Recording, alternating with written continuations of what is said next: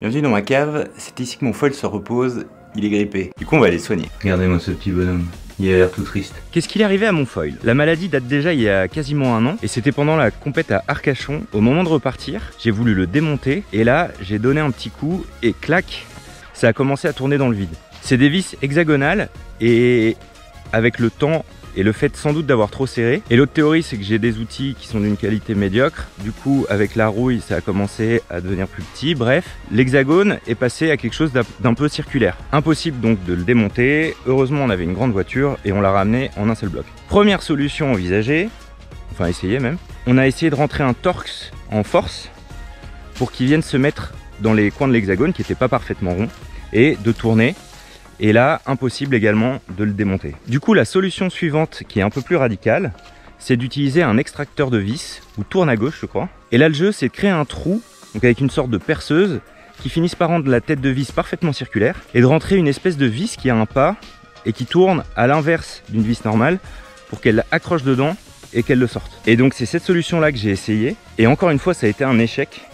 Impossible de cranter la vis qui sert à extraire. Bref, ça tournait dans le vide et j'ai toujours pas réglé mon problème. J'ai d'ailleurs été étonné que ça fonctionne pas parce que en regardant des tutos sur YouTube, ça avait l'air relativement simple. Soit j'ai merdé, soit mes outils étaient pas les bons, soit la vis est vraiment trop figée dedans.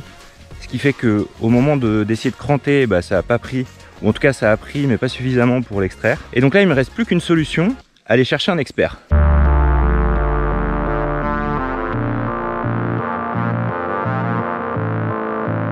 Je pense pas qu'il soit prêt. Ça va être si moche que ça. Ah oui. Donc en fait, ah, puis t'en as pas loupé une en fait. Non. Enfin si, je les ai fait un grand chelem, non? Ou je les ai toutes loupées quoi. Est-ce qu'on peut appeler ça un grand chelem? Le plan est simple. Enlever la tête, faire sauter la tête. Ah complètement. Ouais.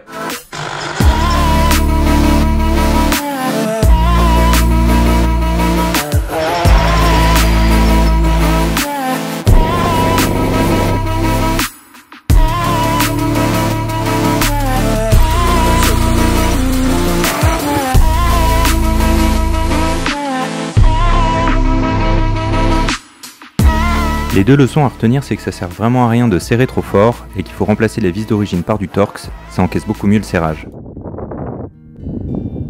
Bon, j'ai de l'appréhension parce que c'est seulement ma 3e session de l'année et on est début mai. 3 sessions en 5 mois.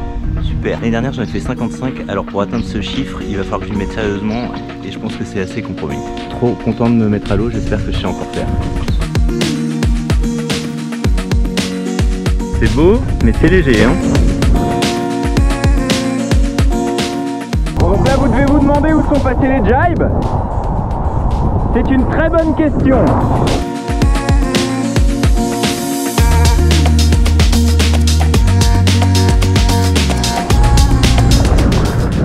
Et là ils sont là, en pleine forme.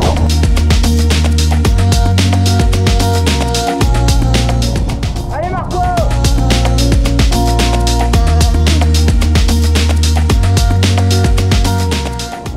T'es le retraité le plus heureux du monde.